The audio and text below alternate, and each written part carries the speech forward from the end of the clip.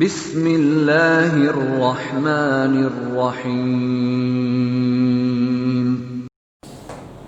Dear students, by the grace of Almighty God and under the guidance of my honorable chairman, Mr. Qayyum Ansari Sahib, this class, our online class, has been arranged for you and for the sake of all students of affiliated madrasas. Now, you will have to learn English grammar with the topic of article.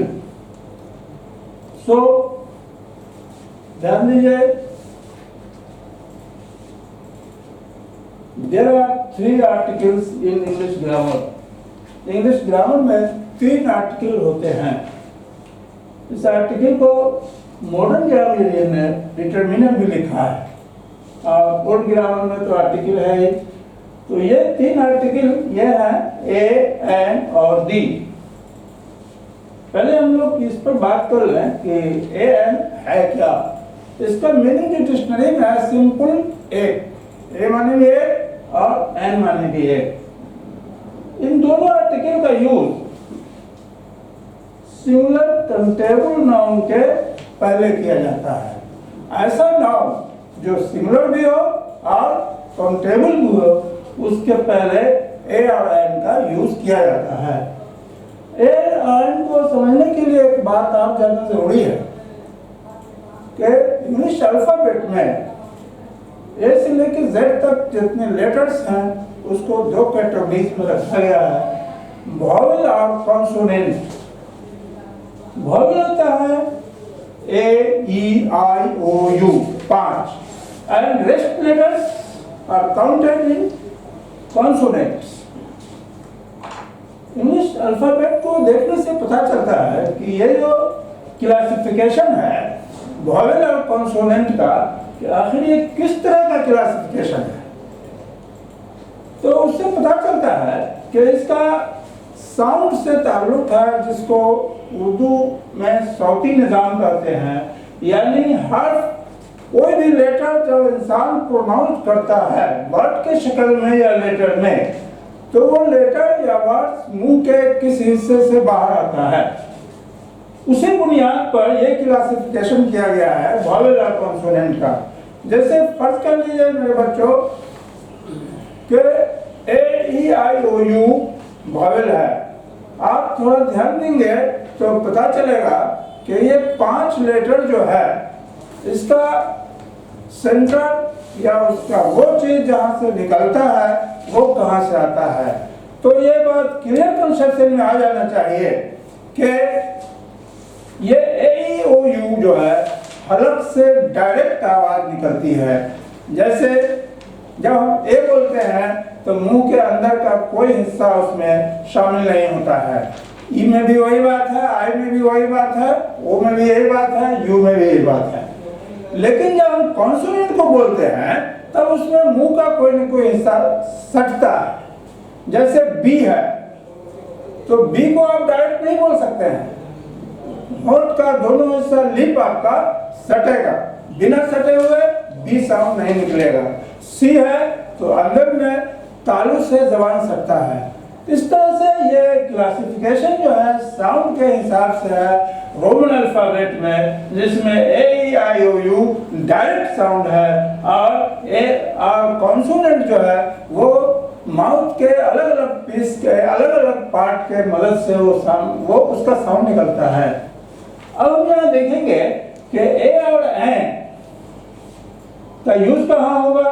तो लिखा हुआ है used before singular countable noun.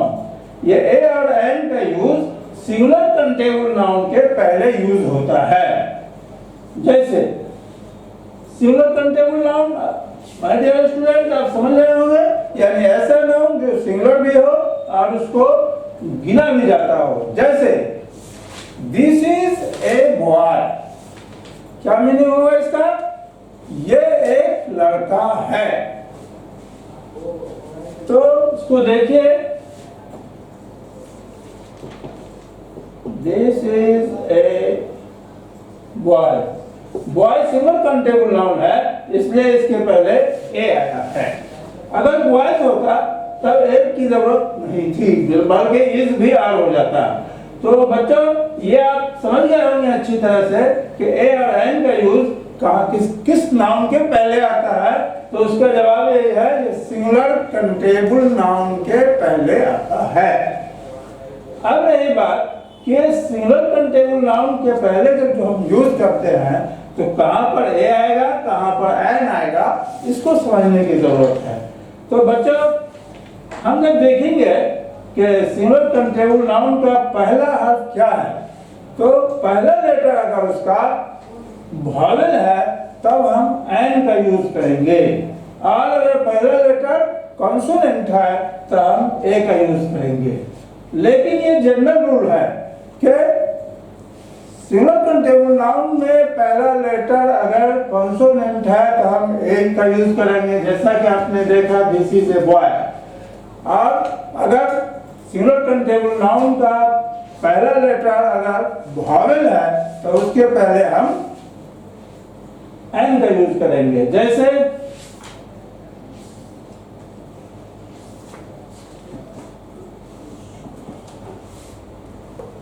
This is an आई।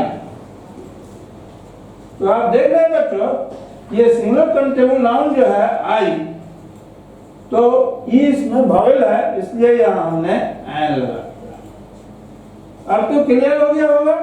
लेकिन एक base इसमें जरूरी है कि ऐसा भी अक्सर होता है कि कभी कभी हम काउंटेबल नाउन को जब सिंगुलर काउंटेबल नाउन का पहला लेटर जब कॉन्सोनेंट हो तो उसमें कॉन्सोनेंट का साउंड वॉवेल वाला आता है। तो ऐसे में हम उसके पहले एन ही लगाएंगे, जैसे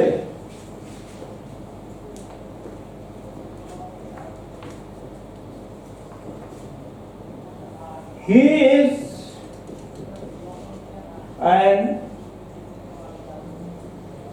ऑनेस्ट मैन। वो एक ईमानदार आदमी है।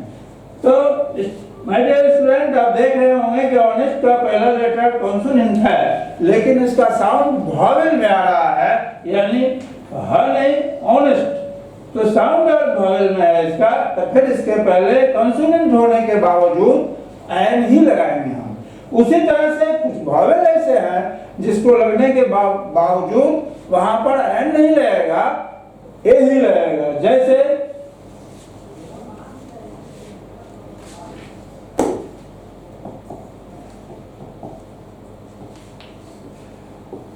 This is a university.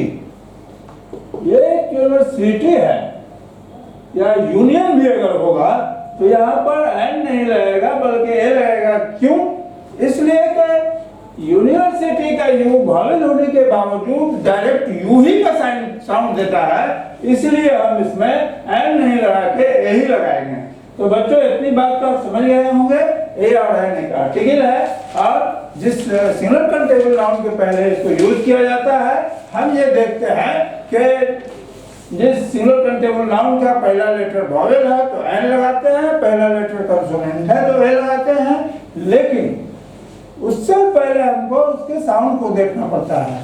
अगर पहला लेटर कॉन्सोनेंट है, साउंड उसका वॉवेल वाला है, तो वो ए ही लगेगा, और पहला लेटर वॉवेल है और साउंड उसका जैसे यू है तो डायरेक्ट यू साउंड आवे, तो वहां पर हम अन की जगह पर ए ही लगाएंगे। तो इतनी बात बच्चों आप समझ चुके होंगे। अब आते हैं हम तीसरे आर्टिकल पर, वर्ड दी है। यह भी एक आर्टिकल है। तो दी के पहले, इसको जानने से पहले एक बात समझ लेना चाहिए बच्चों कि ये वर्ड दी जो है इसका मीनिंग क्या होता है, क्या मतलब है। आप पूरे इंग्लिश डिक्शनरी को तलाश कर लीजिए, वर्ड दी का कोई मीनिंग कहीं पर आपको नहीं मिलेगा। ये किसी भी नाउन को प्रॉपर बनाने के लिए आता है, इसलिए द कोई मीनिंग वाला वर्ड नहीं है, बल्कि किसी भी नाउन को प्रॉपर बनाने के लिए द का यूज होता है। अब देखना है कि द कहाँ कहाँ यूज होगा। तो एक बात जान लीजिए, इसमें हमने लिखा है यूज्ड बिफोर रिवर्स, माउंटेन्स, हॉली बुक्स। रिवर के नाम के पहले द लगाएगा, जैसे the Ganga, the Yamuna, mountain, the Himalaya, the Kanchenjunga, और जिसमें भी हिमालय पहाड़ होगा सबके पहले द का यूज होगा। द होली बुक्स यानी मुकद्दस किताबें जितनी हैं, चाहे जिस मजहब की भी हो, सबके पहले द लगाएगा, जैसे the Quran, the Bible, the Ramayana, the Vedas. और इसके अलावा बच्चों और भी इसका यूज है। दुनिया में जो चीज अकेली है, यूनिवर्स में उसका कोई जोड़ नहीं है, उसके पहले भी द रहेगा, जैसे सन, मून, द सन, आप कहते भी हैं the sun rises in the east and sets in the west. तो ये सन के पीछे द लगा, मून के पहले द लगा, चारों डायरेक्शन जो है उसके पहले भी द लगता है, नॉर्थ, ईस्ट, साउथ, वेस्ट। जैसे अभी पिछले सेंटेंस में आपने देखा, the sun rises in the east, यानी सूरज पश्चिम में पूरब में उगता है। तो सन के पहले जो द लगा, ये जनरल रूल के मुताबिक है, और इन द ईस्ट, ईस्ट के पहले जो लगा, वही मैंने कहा कि चार डायरेक्शन जो इस यूनिवर्स में है उसमें भी उसके पहले भी द लगेगा। द का एक यूज और भी है कि सुपरलेटिव डिग्री जो आता है ग्रामर में, सुपरलेटिव डिग्री का जो एडवर्ब होता है या एडजेक्टिव होता है उसके पहले भी द लगेगा, जैसे Ram is the finest student, genius student in the class. तो चूंकि ये सुपरलेटिव डिग्री है, तो सुपरलेटिव डिग्री में भी अपने वर्ब या एडवर्ब के पहले, एडजेक्टिव के पहले द का यूज होगा। अब एक द का यूज और समझ लीजिए कि कुछ दुनिया में ऐसे ऐसे कंट्री हैं 4-5 जिसके पहले द लगता है, जैसे the USS, the China, the रसा, तो उसमें भी लगेगा।